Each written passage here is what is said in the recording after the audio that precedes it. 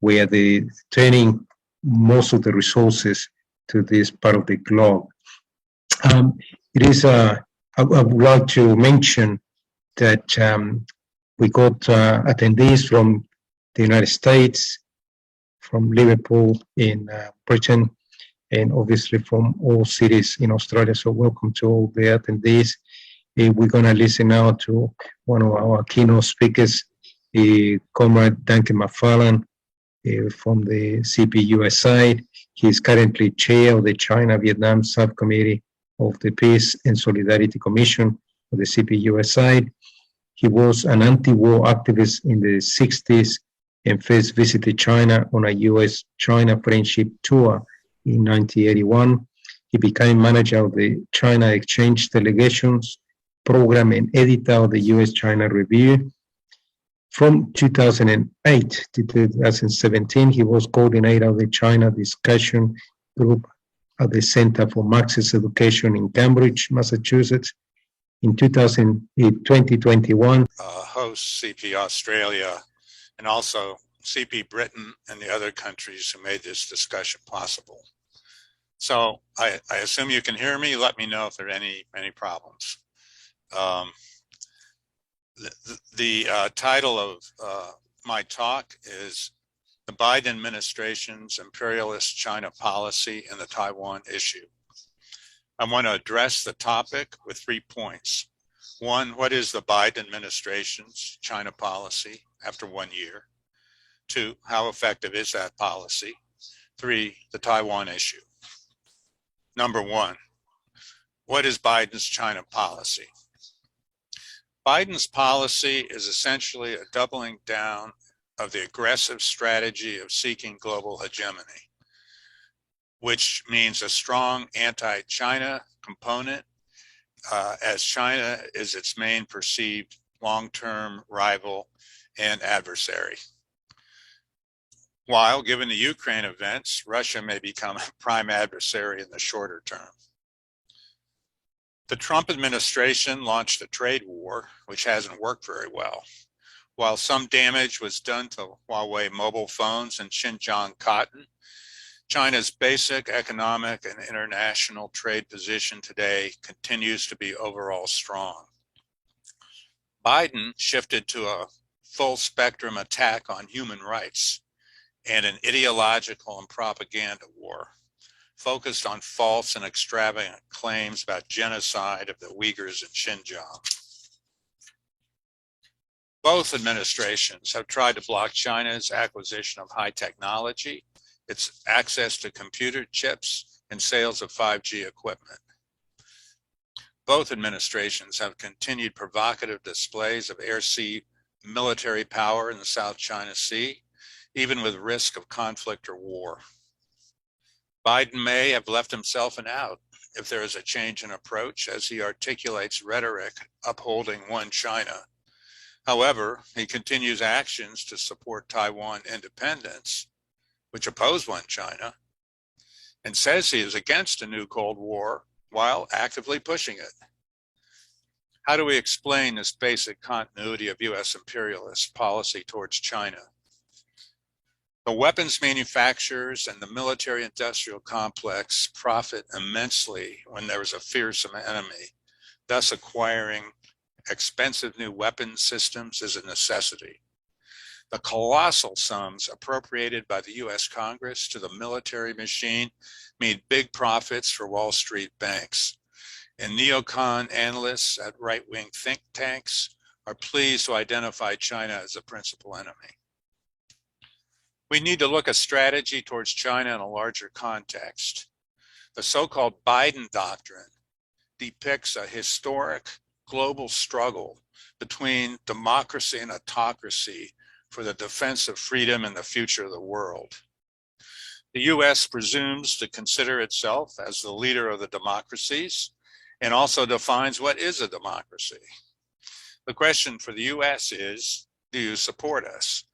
There is no consideration as to whether any given country is actually democratic or not. This hypocrisy is obvious to the global South and many other people. Biden envisioned improving on Trump's go-it-alone approach to build a U.S.-led so-called grand alliance of the so-called democracies to defeat the autocracies in fierce competition to ensure the free world and stop China's growing malign influence. To this end, Biden hosted a summit for democracy in December, a Zoom conference attended by 111 countries, the supposed democracies. Of course, China and Russia were not invited. Biden hoped this meeting would boost forward a practical collaboration. However, there has been little follow-through in action. How effective is the Biden doctrine on its own terms? Well, you could say it seems to be working well in the countries of the Anglosphere, but not effective globally.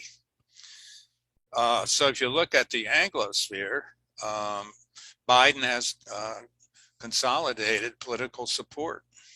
In the US, both Democratic and Republican parties are united in the anti-China policy. Congress passes huge military budgets and China-bashing legislation with overwhelming votes.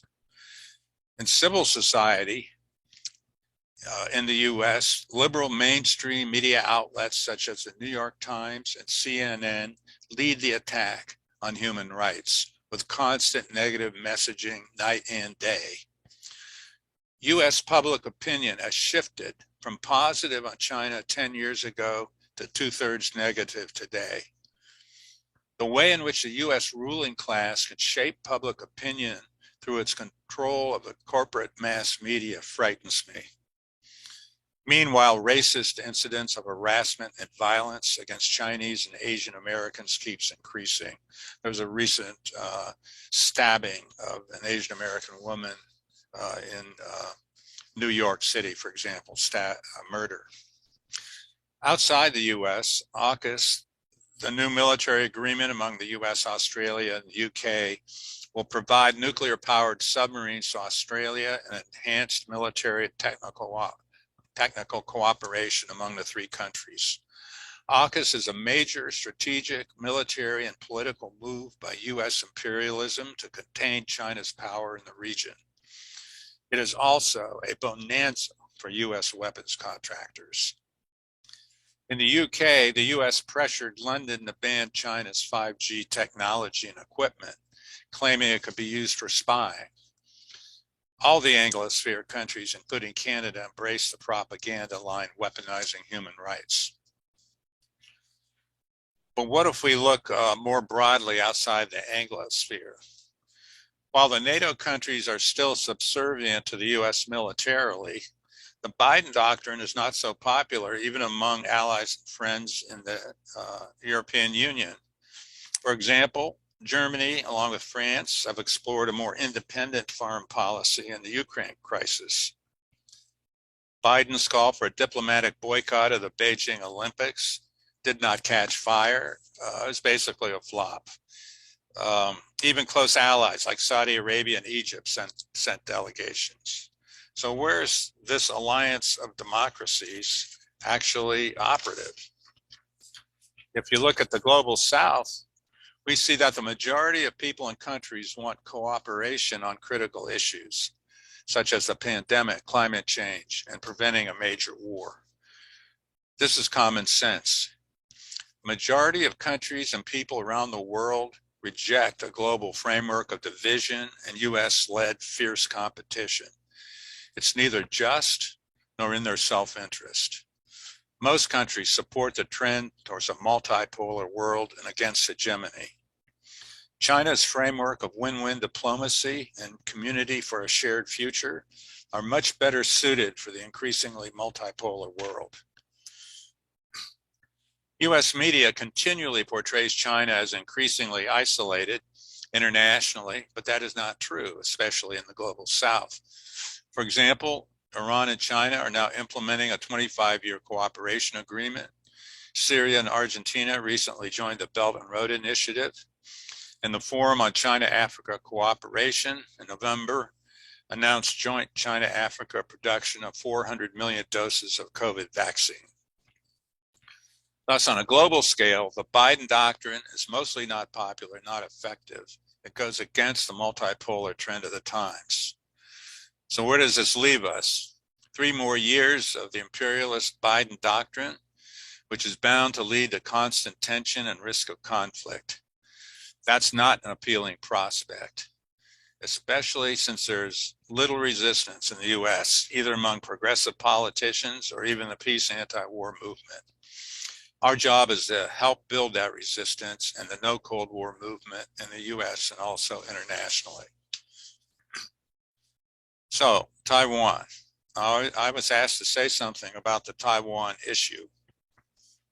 While the media portrays this, at least in the US, as this very difficult and intractable issue, actually it's easy to understand in principle. US aggression is 99% the source of the problem, and the path to resolving the problem is simply that the US has to actually implement the agreements it has already made, namely the Shanghai Communique of 1972 and the joint statement upon establishing diplomatic relations of the US and PRC in 1979. To help understand the Chinese perspective today, recall a few basic facts of history. China was long a presence in the South China Sea, and the Qing dynasty gained control of Taiwan from the Dutch in the late 17th century. However, the Qing was defeated by Japan in the War of 1894-95, and Japan annexed Taiwan into its growing empire. During World War II, as Japan was being defeated, the Big Four Allied leaders, that is Roosevelt, Churchill, Stalin, and Chiang Kai-shek, met and considered the post-war period in Asia. Taiwan would be returned to China by Japan. Everybody agreed. When the United Nations was formed in 1945, China was a founding member of the Security Council, and it was assumed that Taiwan was part of China. No one, including the US, ever thought otherwise. But things began to change when the Chiang Kai-shek-led Kuomintang progressively lost the China Civil War of 1946 to 49, being defeated by the communist-led Red Army. The Kuomintang fled to Taiwan Island after being militarily defeated on the mainland. After the outbreak of the Korean War in 1950, the US sent its 7th Fleet into the Taiwan Straits to protect Chiang Kai-shek. Most observers believe without US military backing of the KMT, the Kuomintang that is, the Red Army with local support would have eventually taken control of the island. China has never accepted the legitimacy of the US military intervention in the Chinese Civil War. And it is this US intervention that created the different governments on the island and the mainland, and it is the root of the problem. But China, this is an important core issue because it deals with territorial integrity and national sovereignty. Ever since the Opium War of 1840, the Western colonial and imperialist strategy was to break off bits of the empire one by one to weaken and overthrow the Beijing government. For example, the British occupied Hong Kong and had a concession in Shanghai. Germany and Japan had a concession in Shandong province. Russia and Japan exerted control over northeast China or Manchuria. Britain tried to seize Tibet. Russia annexed considerable territory in China's northern borders and Xinjiang. Japan launched a full-scale invasion and occupation, costing more than 20 million Chinese lives. Once again, today, China sees foreign warships on the southern coasts, just like the British during the Opium War. Today's imperialist pressure on Taiwan, as well as Hong Kong, Tibet, and Xinjiang, has to be seen in this historical context. Both Foreign Minister Wang Yi and China's President Xi Jinping in recent speeches have made reference to the so-called century of humiliation, when China was a victim of colonialism and imperialism. Those who want peace in the US must repudiate the 1950 US military intervention. So to fix this problem, the solution is clear. All that needs to happen is for the US to fulfill the terms of the Shanghai Communique. The US simply has to do what it has committed to do in writing. That is, cut back on military support for Taiwan, stop high-level official visits, stick to established protocols, don't support Taiwan independence activities, and recognize in word and deed that the People's Republic of China is the sole legitimate government of China. All business, educational, and cultural activities can proceed as usual.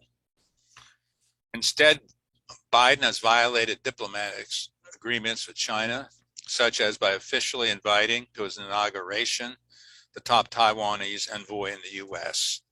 Sales of military equipment to Taipei have continued, and the U.S. has pushed for Taiwan's participation as an independent country in international bodies like the World Health Organization.